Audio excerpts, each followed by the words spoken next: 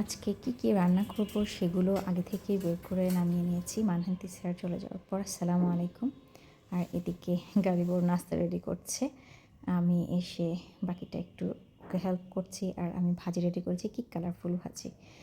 দেন বিছানা গুছানো শুরু করলাম। ইদানিং আমার হাতে মশার ব্যাট আর বিছানার ঝাড়ুটা একসাথেই থাকে, কারণ হচ্ছে মশা প্রচুর মারতে হয়।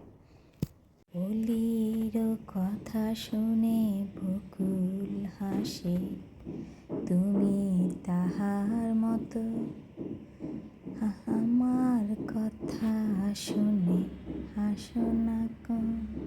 আচ্ছা, আমার এই ড্রয়িং রুমের ফুলের পেছনে মশা সবসময় এসে জমে থাকে, জড়ো হয়ে থাকে। আমি সবসময় এই ফুলটা সরিয়ে কিছু মশা মারি। হোলির কথা শুনে বকুল হাসে, তুমি তাহার মতো, তুমি আমার কথা শুনে হাসো না গো। ধরার ধরে কানে। আচ্ছা, আমি এখানে গুছাতে হঠাৎ আমার মনে হলো গালি বেরিয়ে গিয়েছে, কিন্তু লাঞ্চটা নিল কিনা।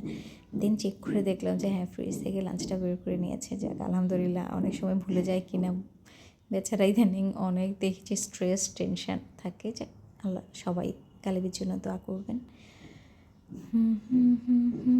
আমার হয়েছে কি, যেদিন সকালবেলা যে গানটা মনে আসে সেদিন সারাদিন সেটা গুনগুন করতে থাকি। সবাই বোধহয় আমার মতো সেমই হয়, যেটা মনে থাকে সেদিনে সারাদিন সেটা মাথায় ঘুরতে থাকে। আমার গানটা ইদানিং এত ভাল লাগে অলিরও কথা শুনে।